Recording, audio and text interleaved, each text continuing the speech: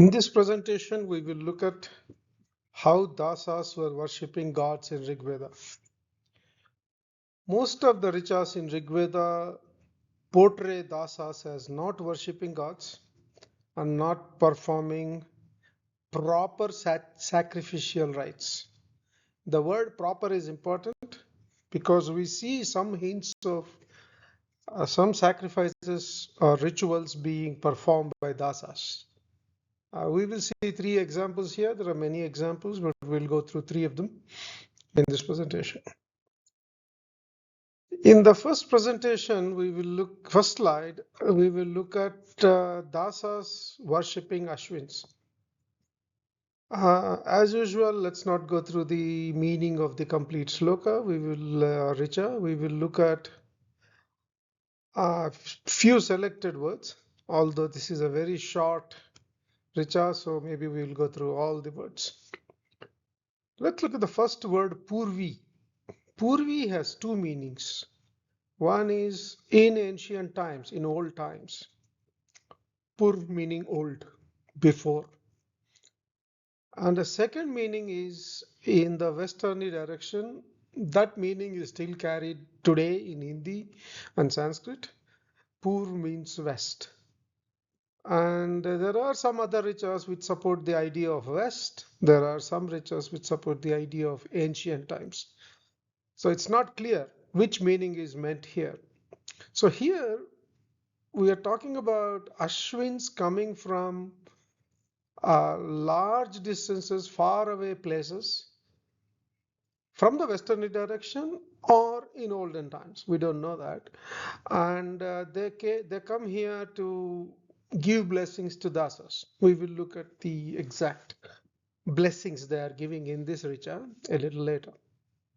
Let's look at those two terms which are very interesting. Ashnantau, Ashvina.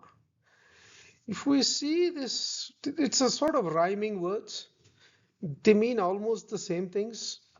They come from the same root word. Ash means coming or coming fast, with those kinds of meanings.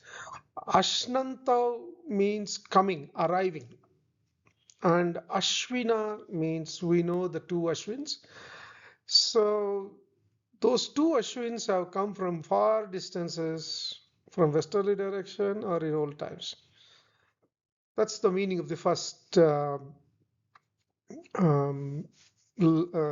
in this Richa. Now, if we see the last two words, Dasi Amartya. Amartya means immortal, coming from the root word mru or mrit. So here, Ashwins have come from large distances to make Dasi immortal. Dasi, as we have seen in previous presentations, means Danu, or the mother goddess of Dasas. So we can see in this Richa that Dasas were worshipping Ashwins and they were getting the blessings of Ashwins. Okay, let's look at another example. Here, Namuchi is, if you see the first two highlighted words, Namuchim Makasyum. The meaning of this is Namuchi is immersed or happy in his sacrifice. Makha meaning sacrifice. And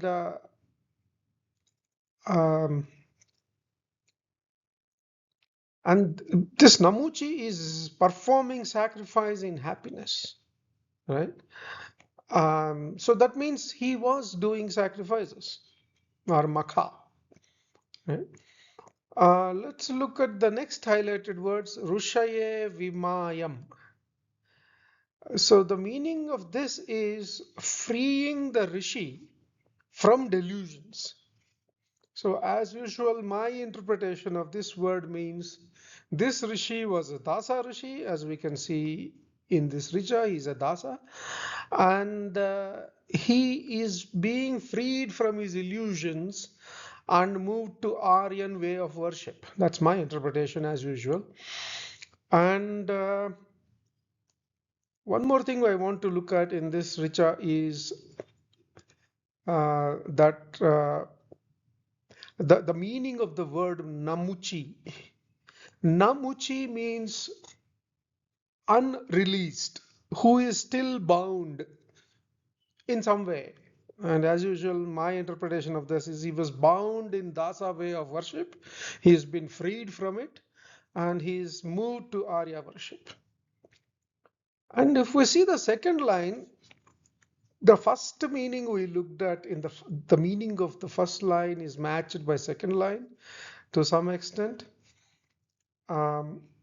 Is that they are moving mankind to follow agreeable paths to the gods.